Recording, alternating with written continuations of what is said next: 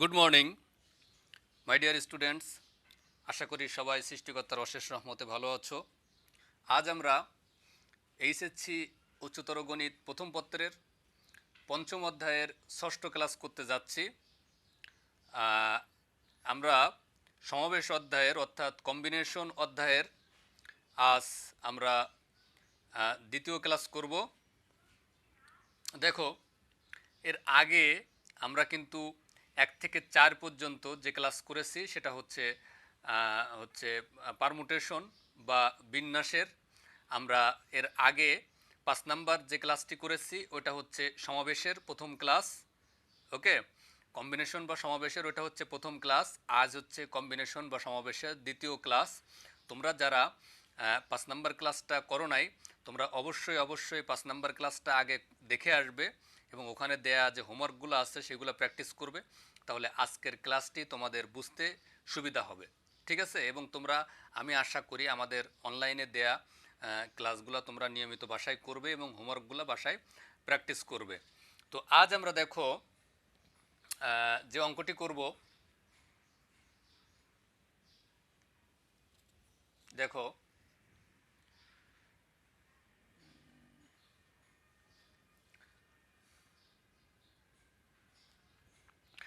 12 বাহু বিশিষ্ট 12 বাহু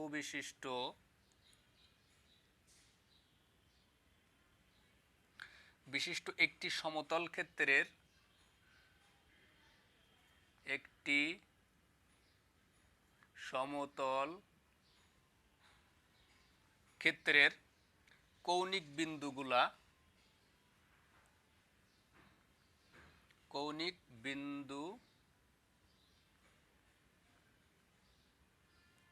কৌণিক বিন্দুগুলো সংযোগে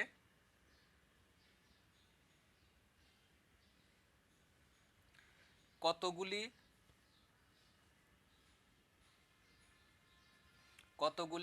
বিভিন্ন ত্রিভুজ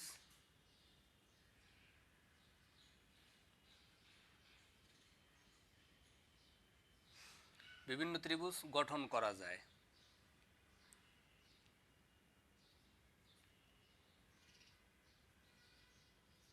কতগুলি বিভিন্ন ত্রিভুজ গঠন করা যায়,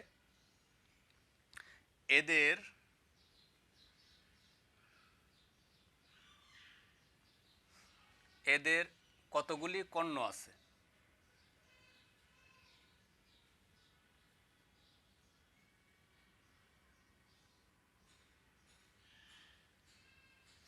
এদের কতগুলি কর্ণ আছে। 12, দেখো অঙ্কটি দেখো, 12 বাহু বিশিষ্ট একটি সমতল ক্ষেত্রের কৌণিক বিন্দুগুলো সংযোগে কতগুলি বিভিন্ন ত্রিভুজ গঠন করা যায়, এদের কতগুলি কর্ণ আছে। তার মানে হচ্ছে বাহু, মানে 12টা বাহু বিশিষ্ট একটি সমতল ক্ষেত্র আছে এবং এদের কৌণিক বিন্দুগুলা যদি আমরা সংযোগ করি তাহলে কতগুলা বিভিন্ন ত্রিভুজ গঠন করতে পারবো এবং এদের কতগুলিতে কর্ণ আছে এটা আমাদের নির্ণয় করতে হবে। তো দেখো, এখানে আমরা 12 বাহু বিশিষ্ট একটা হচ্ছে এখানে একটা সমতল ক্ষেত্র আমরা একটু তৈরি করার চেষ্টা করি। 12টা বাহু বিশিষ্ট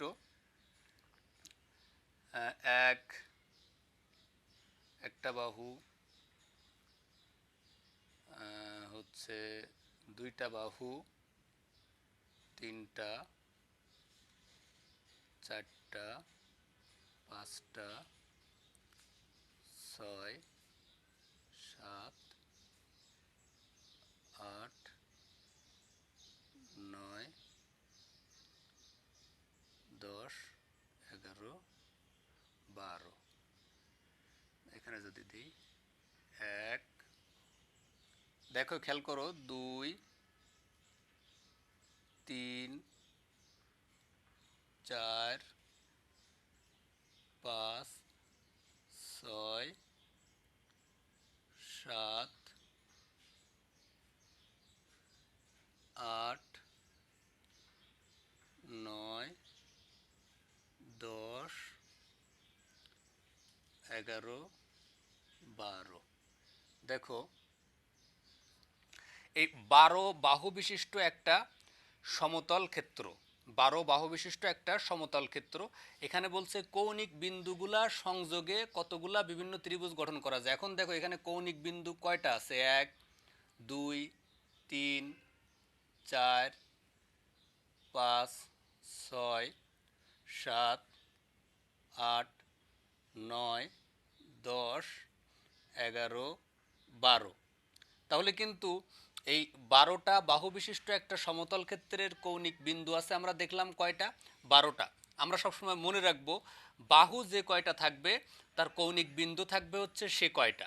যদি 5টা বাহু বিশিষ্ট একটা ক্ষেত্র হয় তাহলে কৌণিক বিন্দু হবে কয়টা, 5টা। যদি 7টা বাহু বিশিষ্ট একটা সমতল ক্ষেত্র হয় তাহলে অবশ্যই কৌণিক বিন্দু থাকবে হচ্ছে 7টা। তো এখানে যেহেতু বাহু আছে 12টা, তার মানে এখানে কৌণিক বিন্দু আছে হচ্ছে 12টা। ঠিক একইভাবে যদি বলা হয় যে 8টা কৌণিক বিন্দু দ্বারা সমতল ক্ষেত্রের বাহু কয়টা, তাহলে ঠিক 8টা বাহু থাকবে। ঠিক আছে, তাহলে আমরা এই যে সমতল ক্ষেত্রটা আমরা নির্ণয় করলাম। এখন এখানে বলছে যে এই কৌণিক বিন্দুগুলোর সংযোগে কতগুলি বিভিন্ন ত্রিভুজ গঠন করা যায়। দেখো এখানে যদি আমি এই কৌণিক বিন্দু আর এই কৌণিক বিন্দুটা যদি সংযোগ করি তাহলে এখানে একটা ত্রিভুজ গঠন করা যায়। তাহলে এই ত্রিভুজটা গঠন করতে আমাদের কৌণিক বিন্দু লাগছে 1টা 2টা 3টা। ওকে, ঠিক একইভাবে আমি যদি এই কৌণিক বিন্দু আর এই কৌণিক বিন্দু যদি সংযোগ করি তাহলে আমরা একটা ত্রিভুজ পাই। এখানে কৌণিক বিন্দু লাগছে ত্রিভুজের 1টা 2টা এবং 3টা। তাহলে একটা ত্রিভুজ গঠন করতে গেলে আমরা জানি বাহু লাগে 3টা, অর্থাৎ কৌণিক বিন্দু লাগে হচ্ছে 3টা। ওকে, তাহলে ঠিক দেখো একইভাবে আমরা এইটা আর এটা যদি সংযোগ করি তাহলে এই কৌণিক বিন্দু আর এদের ভিতরে সংযোগ দিয়ে আমরা কিন্তু একটা ত্রিভুজ নির্ণয় করছি, তাই না? এক্ষেত্রেও আমাদের বাহু 3টা এবং কৌণিক বিন্দু হচ্ছে 3টা। ওকে, তাহলে আমরা এখানে সমাধানে লিখব। দেখো তোমরা অবশ্যই বুঝতে পারছো যে আমরা কি করতে যাচ্ছি। ঠিক আছে, তাহলে দেখো 12 বাহু বিশিষ্ট একটি সমতল ক্ষেত্রের কৌণিক বিন্দু আছে 12টি। ঠিক আছে, দেখো আমরা লিখব এখানে 12 বাহু বিশিষ্ট একটি সমতল ক্ষেত্রের 12টি কৌণিক বিন্দু আছে। তাহলে এখানে 12টি কৌণিক বিন্দু আছে, কৌণিক বিন্দু আছে।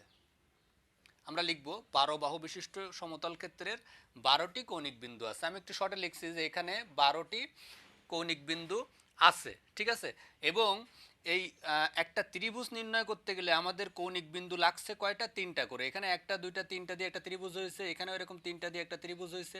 ঠিক একইভাবে এই 1টা 2টা 3টা, এই 3টা নিয়ে আমরা একটা ত্রিভুজ নির্ণয় করছি।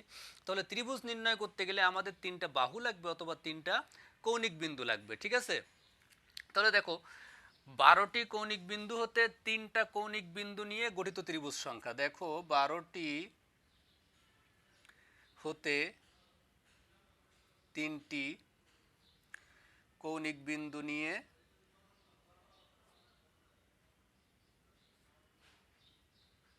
12টি হতে 3টি কৌণিক বিন্দু নিয়ে গঠিত ত্রিভুজ সংখ্যা, গঠিত ত্রিভুজ সংখ্যা ইকুয়াল টু 12টি হতে 3টি কৌণিক বিন্দু নিয়ে গঠিত ত্রিভুজ সংখ্যা ইকুয়াল টু আমরা কি জানি 12C3, তাই না? আমরা এর আগের ক্লাসে দেখেছি যে এই সূত্রটা কেন আমরা ইউজ করব। তাহলে এটা হচ্ছে কি 12C3, তার মানে হচ্ছে 12টি কৌণিক বিন্দু নিয়ে 12টি কৌণিক বিন্দু হতে 3টি কৌণিক বিন্দু নিয়ে গঠিত ত্রিভুজ সংখ্যা 12C3 ইকুয়াল টু আমরা এখানে পাবো হচ্ছে 220, মানে 220টি। ঠিক আছে, তাহলে কিন্তু আমরা এখানে এই যে 12টি কৌণিক বিন্দু এখানে আছে, এখান থেকে প্রত্যেকবার 3টা করে নিয়ে আমরা ত্রিভুজ নির্ণয় করতে পারি কয়টা, 220টি। আমরা 220টি ত্রিভুজ নির্ণয় আমরা এখান থেকে নির্ণয় করতে পারবো। ঠিক এখানে যে সমতলটা আছে 12 বাহু বিশিষ্ট সমতল, এই সমতলের এভাবে করে 3টা করে কৌণিক বিন্দু যদি আমরা সংযোগ করি, এভাবে করে আমরা হচ্ছে 220টি ত্রিভুজ গঠন করতে পারবো। ঠিক আছে, আচ্ছা। তো এখন দেখো এখানে লাস্টে কি বলছে, এদের কতগুলি কর্ণ আছে, এদের কতগুলি কর্ণ আছে। এখন হচ্ছে দেখো কর্ণ নির্ণয়, কর্ণ নির্ণয়, এদের কতগুলি কর্ণ আছে। কর্ণ মানে কি, এ একটা বিন্দু আর এ একটা বিন্দু, এই দুইটা বিন্দু সংযোগ রেখা হচ্ছে একটা কর্ণ। এ একটা বিন্দু আর এ একটা বিন্দু, এই দুইটা বিন্দুর সংযোগ রেখা হচ্ছে একটা কর্ণ, ঠিক আছে। ঠিক একইভাবে দেখো এ একটা বিন্দু আর এ একটা বিন্দু, এই দুইটা বিন্দুর সংযোগ রেখা হচ্ছে একটা কর্ণ। কিন্তু এই যে এই বিন্দু আর এই বিন্দু, এই বিন্দু এই দুই বিন্দুর সংযোগ রেখা কি কর্ণ হবে? না, এই দুই বিন্দু সংযোগ রেখা হচ্ছে ওদের হচ্ছে কি বাহু। তার মানে এই সমতলের যে সাইড বা বাহু, এই দুই বিন্দুর সংযোগ রেখা হচ্ছে কর্ণ না, এটা হচ্ছে একটা বাহু, ঠিক আছে। কিন্তু এই যে বিন্দু আর এই বিন্দু, এই দুই বিন্দুর সংযোগ রেখা হচ্ছে কর্ণ। ঠিক একইভাবে এখান থেকে এই বিন্দুর সংযোগ রেখা হচ্ছে কর্ণ। আমরা যদি এখান থেকে এই বিন্দুর সংযোগ করি তো এটা হচ্ছে একটা কর্ণ। কিন্তু এই যে বাহুটা, এই দুই বিন্দুর সংযোগ, এইটা কিন্তু কর্ণ না, এটা কিন্তু বাহু বা সাইড। হ্যাঁ, ঠিক একইভাবে এটাও কিন্তু কর্ণ না, এটা হচ্ছে বাহু বা হচ্ছে সাইড। ঠিক এরকমভাবে এই বাহু আছে কয়টা? 12টা। তো দেখো আমরা পরে আসছি সেটাতে। তাহলে আমরা এখন দেখো যেহেতু তাহলে কর্ণ, কর্ণ হচ্ছে কি, যেহেতু দুইটা বিন্দুর সংযোগ করে আমরা কর্ণ পাচ্ছি, তাই না? তাহলে আমরা কি লিখব? যে কোনো দুইটা বিন্দু সংযোগ করে প্রাপ্ত কর্ণের সংখ্যা, মানে যে কোনো দুইটা বিন্দু সংযোগ করে প্রাপ্ত রেখার সংখ্যা। দেখো যে কোনো দুটি বিন্দু, যে কোনো দুটি বিন্দু সংযোগ করে বা যোগ করে প্রাপ্ত রেখার সংখ্যা ইকুয়াল টু, দেখো যে কোনো দুটি বিন্দু যোগ করে প্রাপ্ত রেখার সংখ্যা হচ্ছে, দেখো এখানে হচ্ছে টোটাল বিন্দু আছে কয়টা? 12টা। তাহলে 12C, এবং প্রত্যেকবার আমরা এই যে দুইটা করে বিন্দু নিয়ে যোগ করতেছি, তাই না? এই বিন্দু এই বিন্দু, আবার এই বিন্দু এই বিন্দু, এই বিন্দু এই বিন্দু, প্রত্যেকবার দুইটা করে বিন্দু নিয়ে আমরা যোগ করতেছি। তাহলে হচ্ছে 12টা বিন্দু হতে প্রতিবার দুইটা করে নিয়ে, তাহলে 12C2। তাহলে যে কোনো দুইটি বিন্দু যোগ করে প্রাপ্ত রেখার সংখ্যা 12C2 ইকুয়াল টু আমরা কি পাই? দেখো 12C2 ইকুয়াল টু 66, মানে হচ্ছে 66টি রেখার সংখ্যা হচ্ছে 66টি, তার মানে 66টি রেখা আছে। হ্যাঁ, 66টি রেখা আছে। তাহলে এখানে দুইটা করে বিন্দু নিয়ে আমরা রেখার সংখ্যা পাই হচ্ছে 66টি, ঠিক আছে, 66টি। তাহলে এই 66টি রেখা, 66টি রেখা প্রত্যেকটাই কি কর্ণ হবে? এখানে হচ্ছে যে আমরা যে এরকম যে রেখা পাইছি, এই প্রত্যেকটাই কি কর্ণ হবে? দেখো যখন আমরা এই বিন্দু আর এই বিন্দু, এই দুই বিন্দুর সংযোগ করতেছি, তখন কিন্তু এটা কর্ণ না, এটা হচ্ছে বাহু, যেটাকে আমরা সাইড বলি। হ্যাঁ, বাহু, ঠিক আছে। ঠিক একইভাবে যখন এই এই বিন্দু আর এই বিন্দুর সংযোগ করব, তখন এটা কিন্তু কর্ণ হবে না, এটা হচ্ছে বাহু হবে। আমি এর আগে বলেছি একটু আগে, ঠিক আছে। তাহলে এইরকম বাহু আছে আমাদের হচ্ছে কয়টা? 12টা, ঠিক আছে। এরকম বাহু আছে আমাদের হচ্ছে 12টি বাহু আছে। ওকে, তাহলে এখন দেখো, সুতরাং এই যে আমরা 66টি পাইছি, এদের মধ্যে বাহু আছে। তাহলে আমরা এখানে কি লিখতে পারি? যে 66টি পাইছি, যার মধ্যে প্রান্তীয়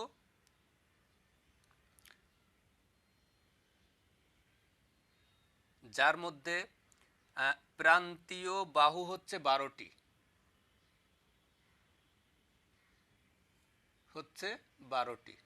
ঠিক আছে। এই যে যে কোনো দুইটি বিন্দু যোগ করে প্রাপ্ত রেখার সংখ্যা 66টি, যার মধ্যে প্রান্তীয় বাহু হচ্ছে 12টি। এই যে বাহুগুলো আছে, এই হচ্ছে বাহু হচ্ছে 12টি, ঠিক আছে। সুতরাং কর্ণ সংখ্যা কয়টি?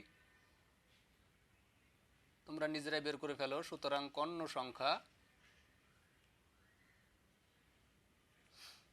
সংখ্যা equal to 66 minus 12, 66 minus 12 equal to 54, 54টি।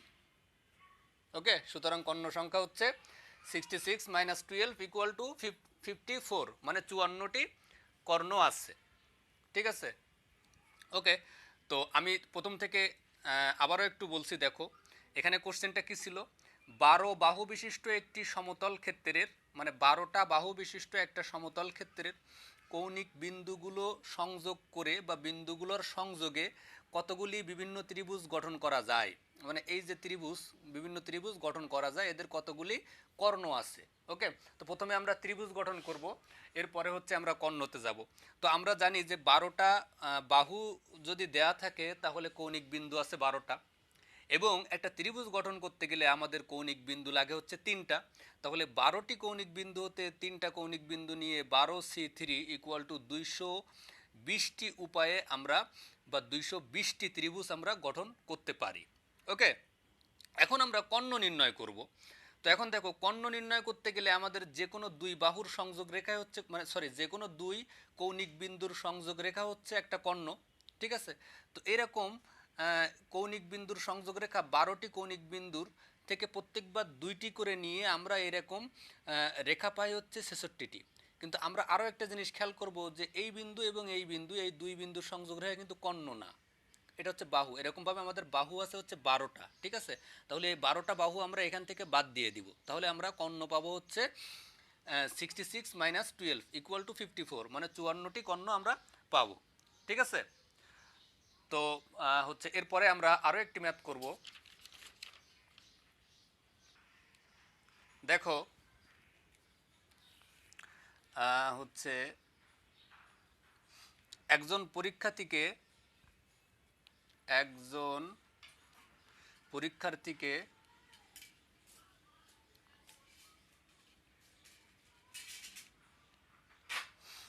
পরীক্ষার্থীকে 12টি প্রশ্ন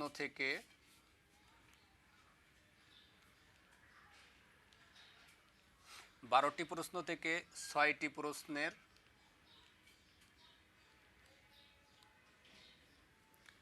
উত্তর দিতে হবে।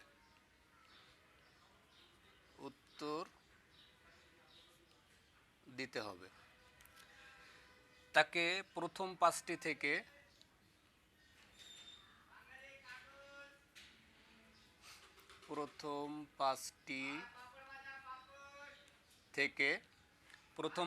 থেকে ঠিক 4টি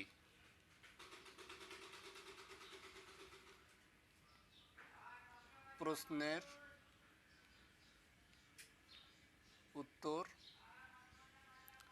উত্তর দিতে হবে।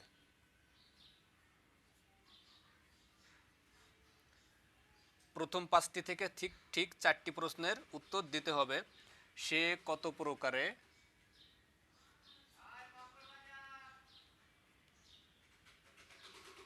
প্রকারে প্রশ্নগুলি বাছাই করতে পারে।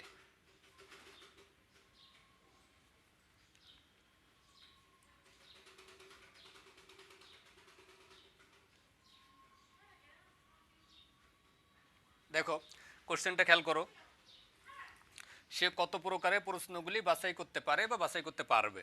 ঠিক আছে, এখন দেখো, বলছে যে একজন পরীক্ষার্থীকে 12টি প্রশ্ন থেকে 6টি প্রশ্নের উত্তর দিতে হবে এবং তাকে প্রথম 5টি থেকে ঠিক 4টি প্রশ্নের উত্তর দিতে হবে। সে কত প্রকারে প্রশ্নগুলি বাছাই করতে পারে। ঠিক আছে, তাহলে এখন এদিকে খেয়াল করো যে টোটাল প্রশ্ন আছে হচ্ছে 12টি, যার ভিতরে এই যে প্রথম 5টি প্রশ্ন, এই প্রথম 5টি থেকে তাকে উত্তর দিতে হবে হচ্ছে 4টি প্রশ্নের উত্তর দিতে হবে প্রথম 5টি থেকে। ওকে, তাহলে এই প্রথম যে 5টি প্রশ্ন আছে এর পরে, এই প্রথম 5টি প্রশ্নের পরে এখানে প্রশ্ন আছে তাহলে কয়টি? 7টি। ওকে, তাহলে এখানে যে 7টি প্রশ্ন আছে, এই 7টি প্রশ্ন থেকে তাকে টোটাল 6টি প্রশ্নের উত্তর দিতে হবে। তাহলে এখানে তার 4টা উত্তর দেওয়া হয়ে গেছে, তাহলে এই 7টি থেকে তার প্রশ্নের উত্তর দিতে হবে হচ্ছে কয়টি? 2টি। ঠিক আছে, তাহলে টোটাল প্রশ্ন হচ্ছে 12টি। এই 12টি থেকে প্রথম 5টি থেকে দিতে হবে 4টি, তাহলে এই প্রথম 5টির পরে বাকি প্রশ্ন থাকে 7টি। এই 7টি থেকে সে উত্তর দিবে হচ্ছে কয়টি? 2টি। তাহলে তার 4 আর 2 6টি প্রশ্নের উত্তর দেওয়া হয়ে যাবে। ঠিক আছে, তাহলে সে কত প্রকারে প্রশ্নগুলি বাছাই করতে পারে। দেখো, তাহলে এখানে প্রথম 5টি প্রশ্ন, প্রথম 5টি প্রশ্ন, আর অবশিষ্ট প্রশ্ন কয়টা? অবশিষ্ট প্রশ্ন হচ্ছে দেখো 12 মাইনাস 5 ইকুয়াল টু কত? 7টি। অবশিষ্ট প্রশ্ন হচ্ছে 7টি। ঠিক আছে, তাহলে এই যে প্রথম 5টি প্রশ্ন আর এখানে অবশিষ্ট প্রশ্ন হচ্ছে 7টি, তাহলে এখানে এই প্রথম 5টি প্রশ্ন থেকে সে অ্যান্সার করবে কয়টা? 4টি প্রশ্নের উত্তর দিবে। তাহলে এখান থেকে হচ্ছে 5C4, 5টি প্রশ্ন থেকে সে 4টা প্রশ্নের উত্তর দিবে, 5C4। ওকে। আর এখানে দেখো, এখানে হচ্ছে অবশিষ্ট প্রশ্ন আছে হচ্ছে কয়টা, অবশিষ্ট প্রশ্ন হচ্ছে 7টা। তাহলে 7টি থেকে সে উত্তর দিবে হচ্ছে কয়টা, 2টি প্রশ্নের উত্তর দিবে। তার 4টা প্রশ্নের উত্তর এখানে দেওয়া হয়ে গেছে, এখানে সে 2টি প্রশ্নের উত্তর দিবে, ঠিক আছে। তো তাহলে এটা সমান আমরা লিখতে পারি ঠিক এইভাবে সে বাছাই করতে পারে। তাহলে এটা সমান আমরা কি লিখতে পারি, 5 মানে এইটা, এটা এখান থেকে আমরা কি করব, তাহলে 5c4 ইন্টু 7c2। দেখো 5c4 ইন্টু 7c2, ঠিক সে এই যে 5c4 ইন্টু 7c2, সে এত প্রকারের প্রশ্নগুলি বাছাই করতে পারে। প্রথম 5টা থেকে 4টা প্রশ্ন, আর অবশিষ্ট 7টা থেকে সে 2টা প্রশ্ন। তাহলে 5c4 ইন্টু 7c2, ঠিক এতটি উপায়ে সে প্রশ্নগুলি বাছাই করতে পারে, ঠিক আছে। তাহলে এখন এটা সমান আমরা কি লিখতে পারি, দেখো 5c4 ইকুয়াল টু আমরা পাই হচ্ছে 5c4 ইকুয়াল টু আমরা পাই হচ্ছে 5, আর into 7c2, 7c2 equal to এটা পাই হচ্ছে আমরা কি, 7c2 ইকুয়াল টু আমরা পাই হচ্ছে 21, মানে 21। ওকে। তাহলে এখানে 5 ইন্টু 21 গুণ করলে আমরা পাই হচ্ছে 105, মানে 105। তার মানে 105টি উপায়ে। ওকে। তাহলে সে কত প্রকারের প্রশ্নগুলি বাছাই করতে পারে, সে 105টি উপায়ে প্রশ্নগুলি বাছাই করতে পারে। ওকে। তাহলে একটু খেয়াল করো, আমি প্রথম থেকে আবারও বলছি, দেখো একজন পরীক্ষার্থীকে 12টি প্রশ্ন থেকে 6টি প্রশ্নের উত্তর দিতে হবে। টোটাল প্রশ্ন আছে 12টি, 12টি থেকে তাকে উত্তর দিতে হবে হচ্ছে 6টি প্রশ্নের। ওকে। তাকে প্রথম 5টি থেকে ঠিক 4টি, তাহলে 12টির ভিতরে প্রথম 5টি, এই 5টি থেকে সে 4টি প্রশ্নের উত্তর দিবে, ঠিক 4টি প্রশ্নের উত্তর দিতে হবে। সে কত প্রকারের প্রশ্নগুলি বাছাই করতে পারে, তাহলে এই 12টি থেকে প্রথম যে 5টি আছে, প্রথম 5টি থেকে 4টা দিলে বাকি থাকে 7টি, ওই 7টি থেকে সে দিবে হচ্ছে 2টা। তাহলে প্রথম 5টি থেকে সে 4টা দিবে 5c4 উপায়ে, আর অবশিষ্ট 7টি থেকে সে 2টি দিবে হচ্ছে 7c2 উপায়ে। তাহলে তার টোটাল বাছাই করার উপায় হচ্ছে এইটা গুণ এইটা, ঠিক আছে। মানে টোটাল বাছাই করার যে উপায়, তাহলে টোটাল বাছাই করার উপায় হচ্ছে কি, 5টা থেকে 4টা ইন্টু 7টা থেকে 2টা ইকুয়াল টু 105 উপায়ে সে প্রশ্নগুলি বাছাই করতে পারে। ওকে। তো মাই ডিয়ার স্টুডেন্টস, তোমরা যারা এতক্ষণ মনোযোগ সহকারে ক্লাসটি করেছো তোমাদেরকে অসংখ্য ধন্যবাদ। তোমাদের হোমওয়ার্ক থাকবে, দেখো তোমাদের হোমওয়ার্ক হচ্ছে, হোমওয়ার্ক 5.2 এর, মানে অনুশীলনী 5.2 এর 2 এর 4, অনুশীলনী 5.2 এর 2 এর 4, আর হচ্ছে 3 এর 3, ঠিক আছে।